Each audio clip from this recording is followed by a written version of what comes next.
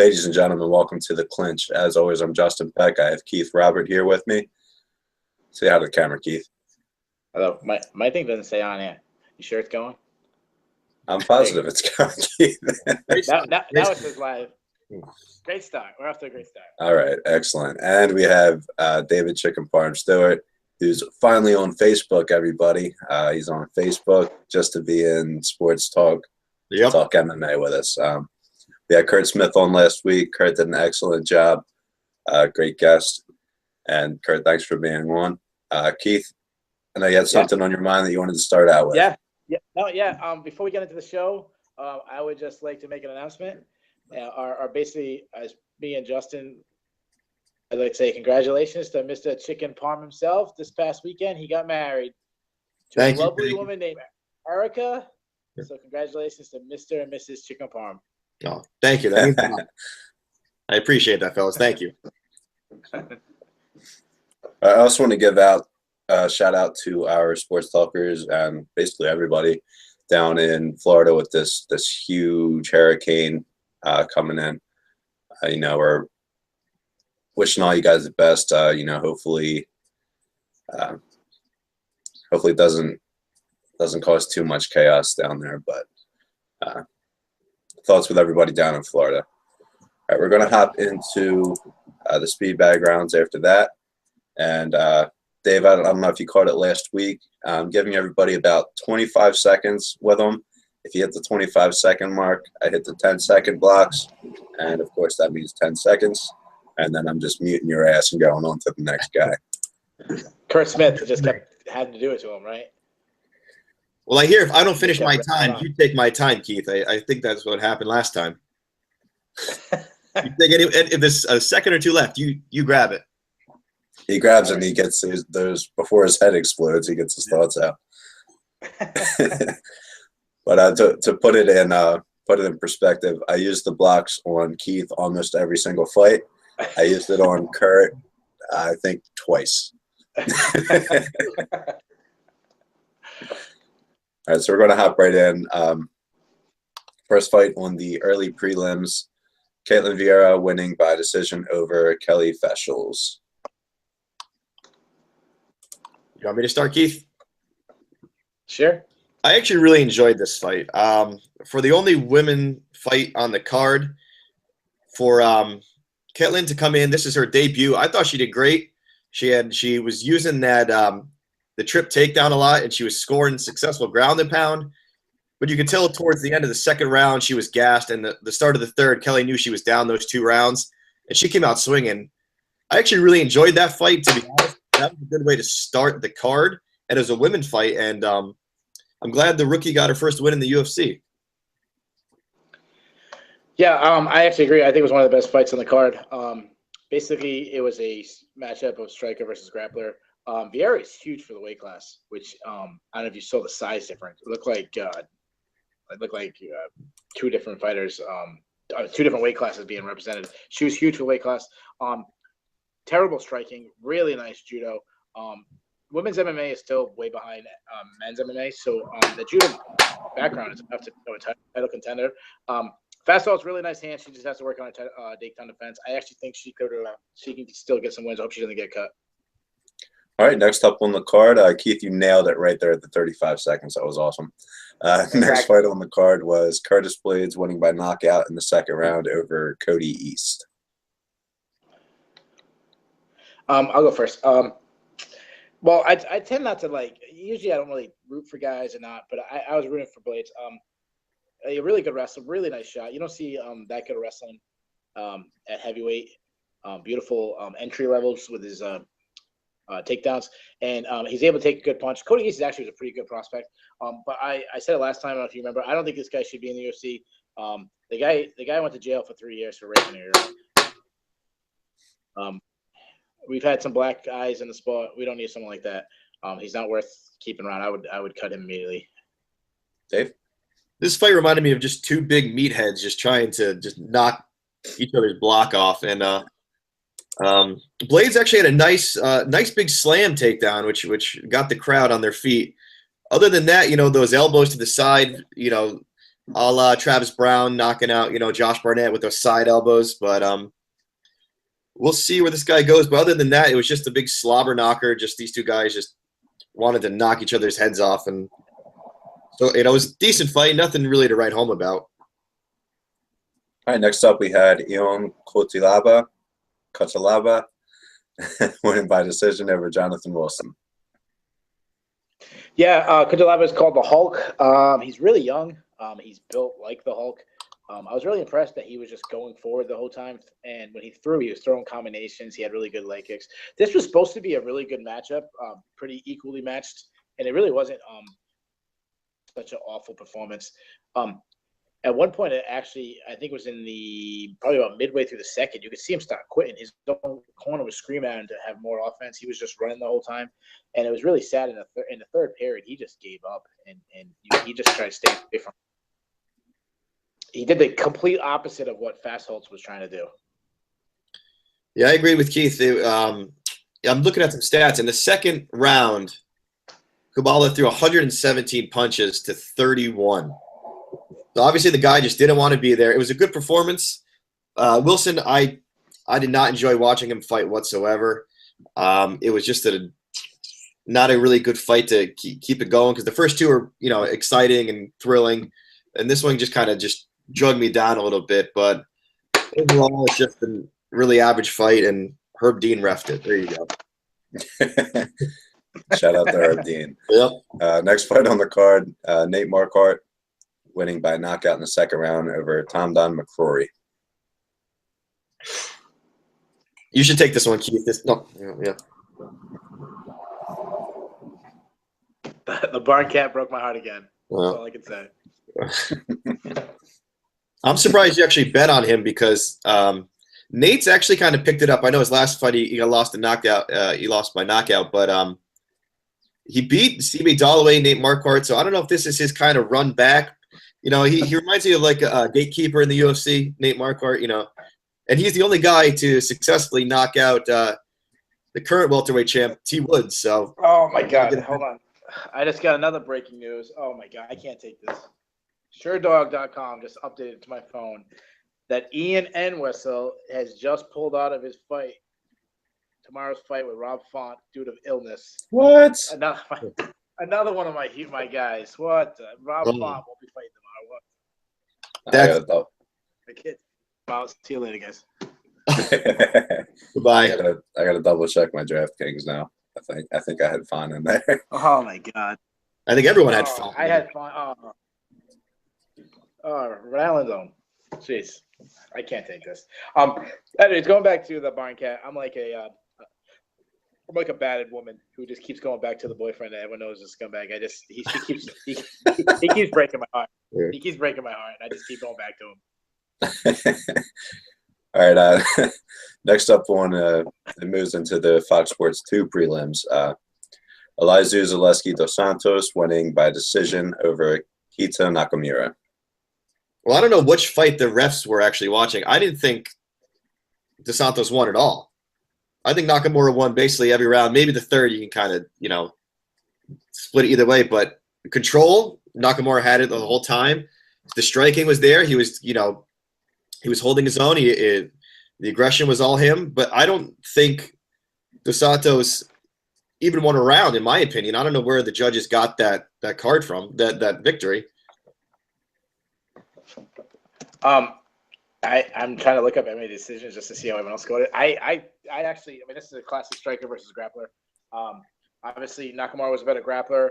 I thought Zaleski was clearly the better striker. I scored it 2 rounds to 1 for Zaleski. I thought he won. I know for sure I scored the third round. I can't remember if it was the first. I think it was the second round. I think I scored in the last 2 rounds. Nakamura definitely got the takedowns, but Zaleski is the one who had him hurt many times. I would wonder what the significant strikes would be. I knew this would probably be the closest besides the main event. Yeah. Contest. I've got some numbers up. I've got some numbers up, Keith, just from UFC's website. Control was in favor of Nakamura, 752 to 105. Yep. Total strikes 64 to 45. Takedowns 5 to 1. And Dos Santos had significant strikes, 34-24, but everything else was in favor of Nakamura.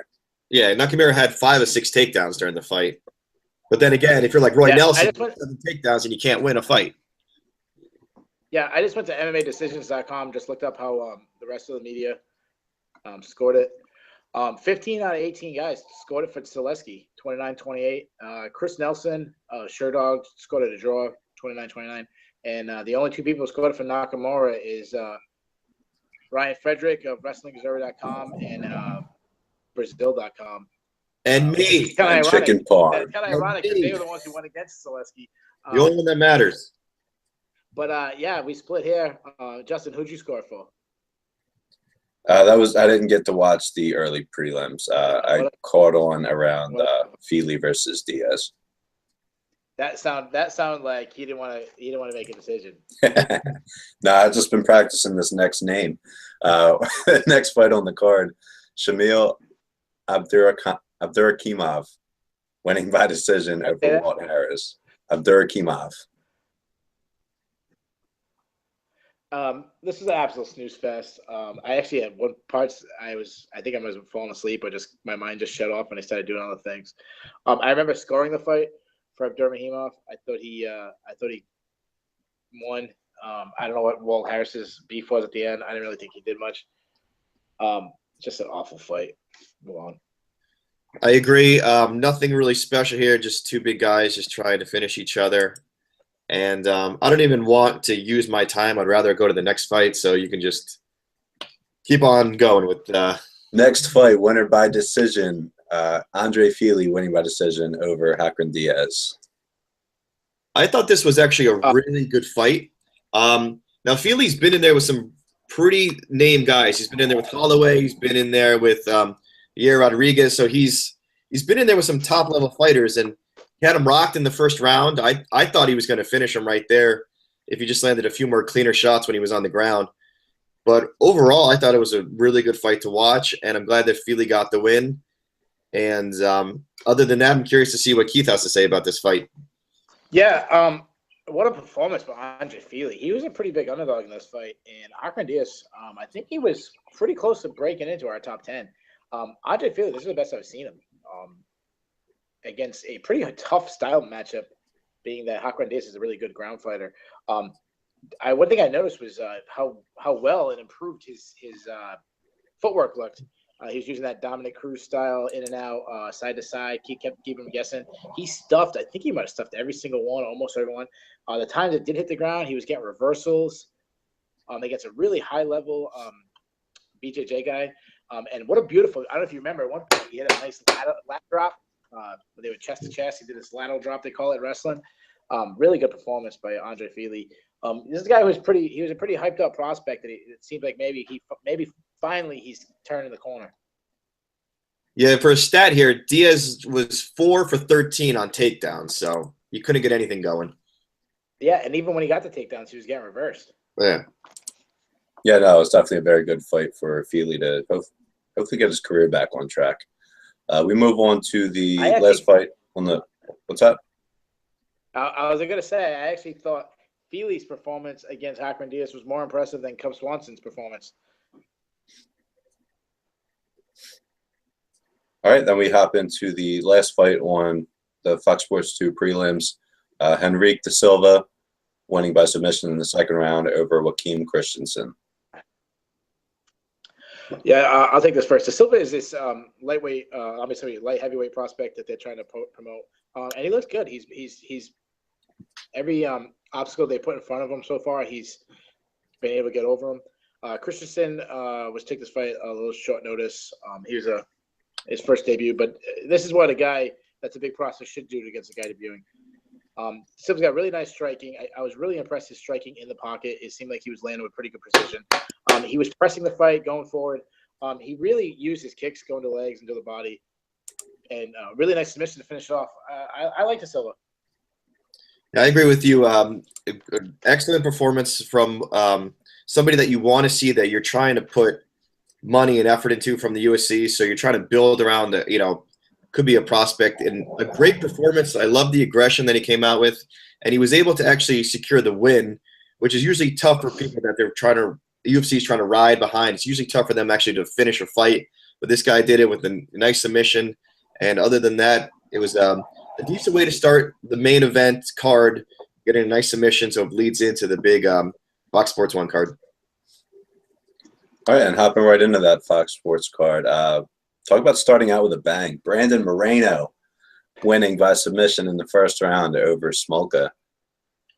This is the reason why I think everyone lost in DraftKings around the world. I took Smolka. We talked off here a little bit. With Keith was saying that Smolka was an up and comer. Like he was, he had a very good performance to get Paddy Holohan.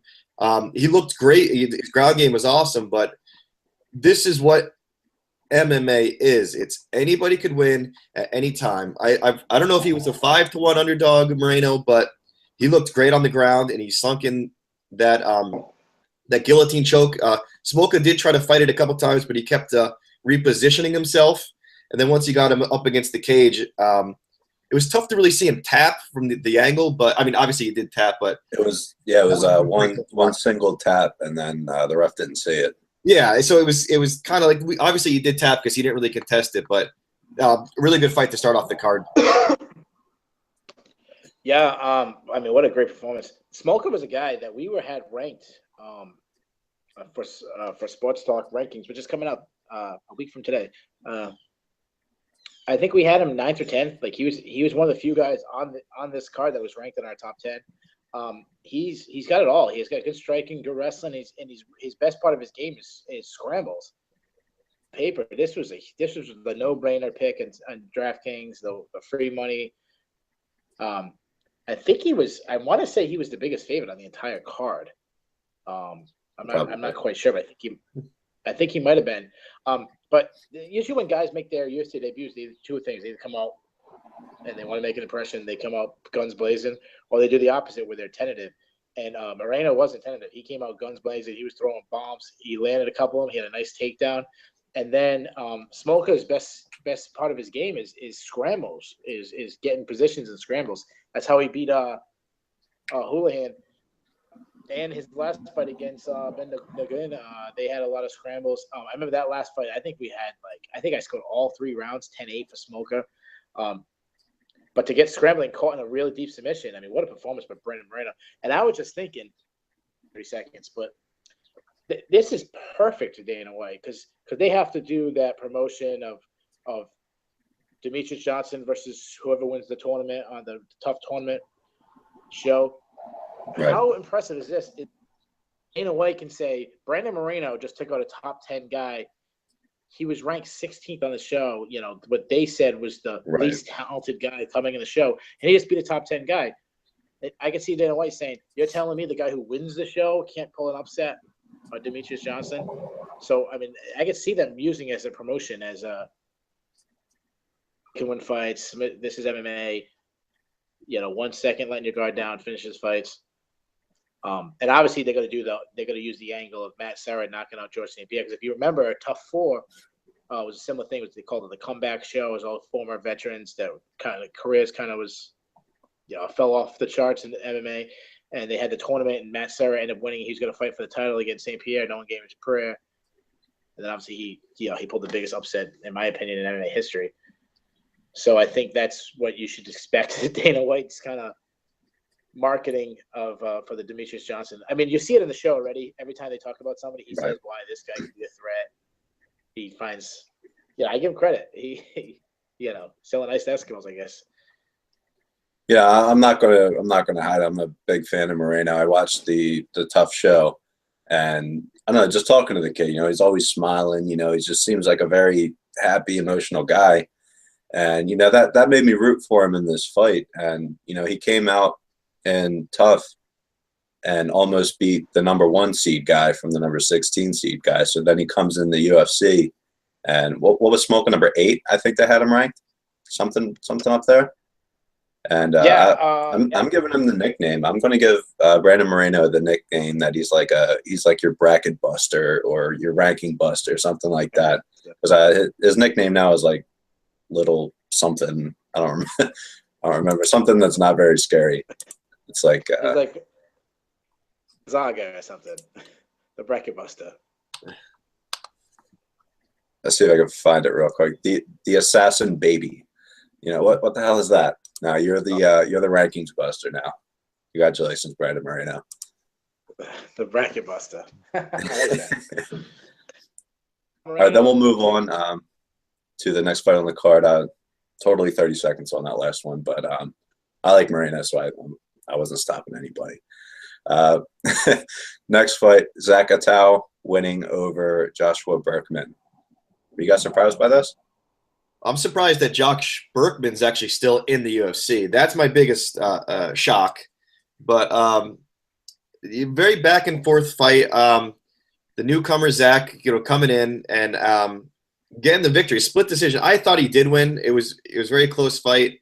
Berkman, his claim to fame is that he choked out John Fitch at the World Series of Fighting, a couple of years back.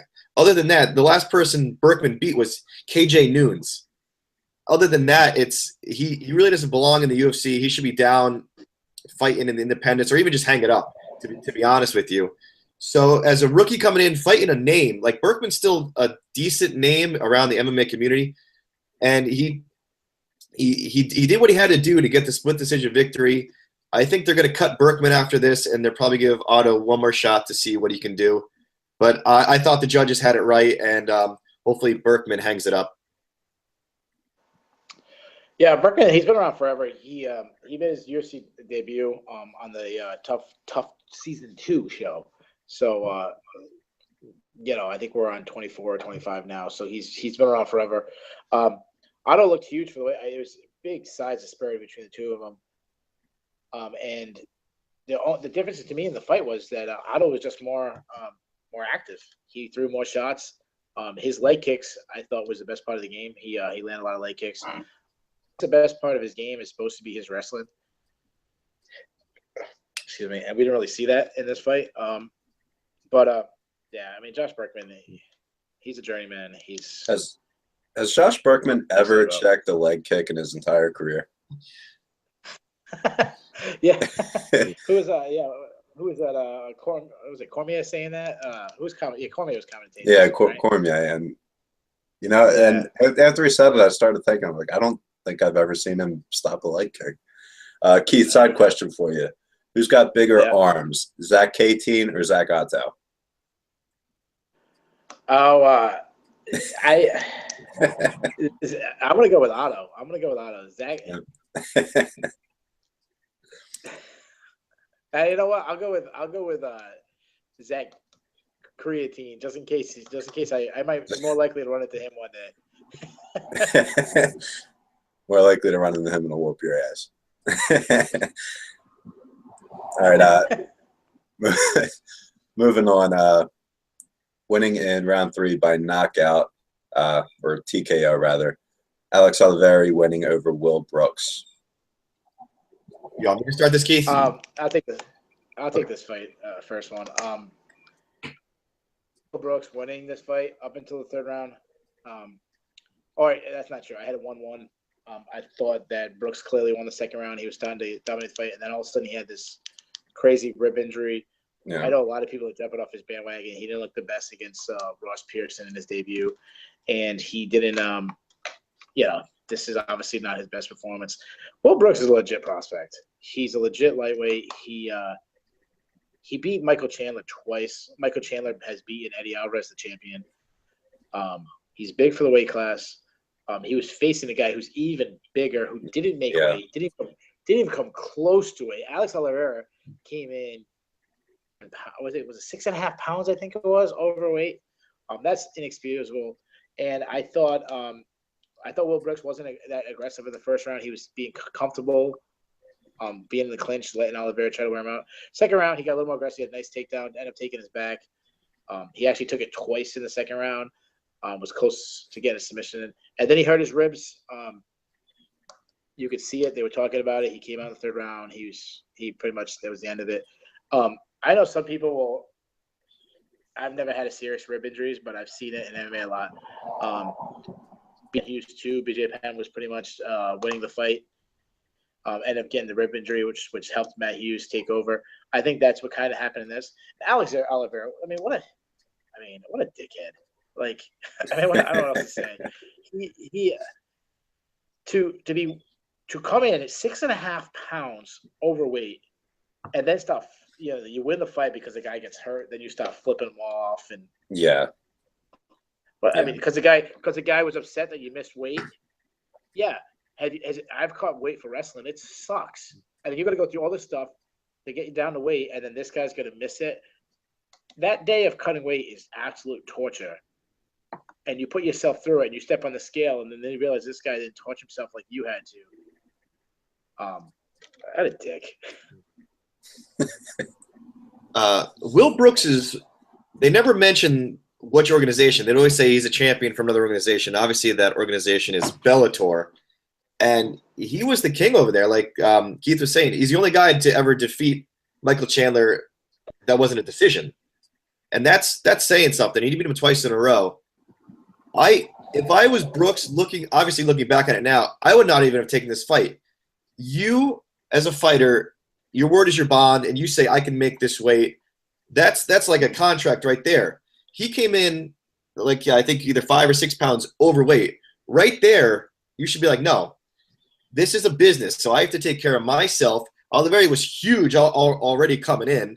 I know Will Brooks didn't look that great against Pearson, but then again, maybe you're going from the lightweights. You go from Bellator to UFC, which maybe Keith knows. If he's the biggest star from Bellator to go to the UFC, I know everyone's going UFC to Bellator. I couldn't think of anyone off the top of my head, but Brooks was a name. He's a champion. He defended it a couple times.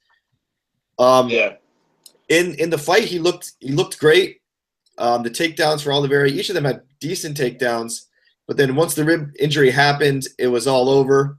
And I'm just ashamed that Oliveira would just stoop to that kind of level.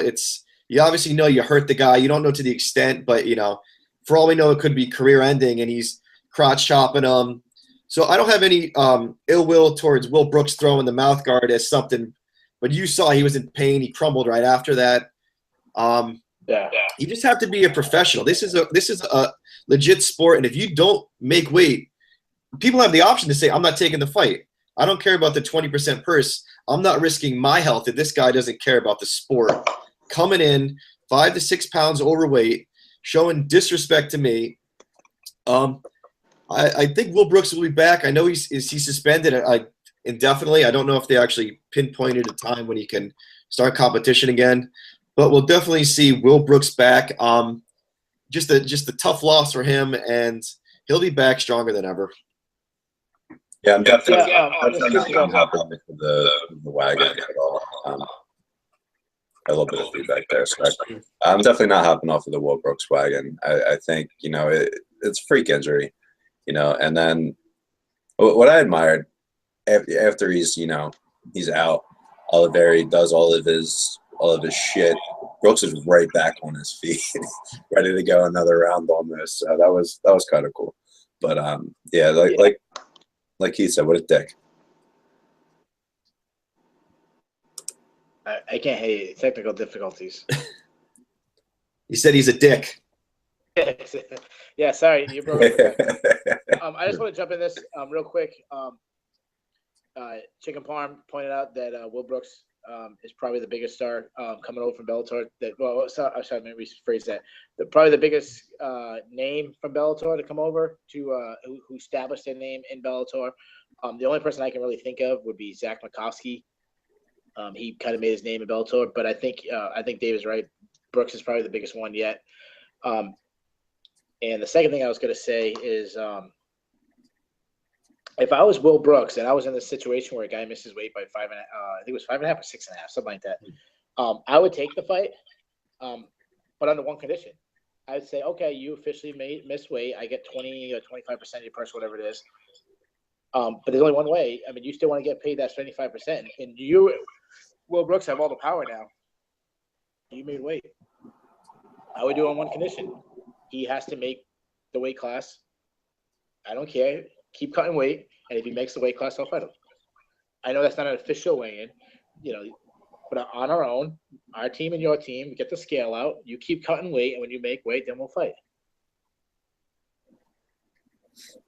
Why not? If you don't make it, then I'm not taking the fight.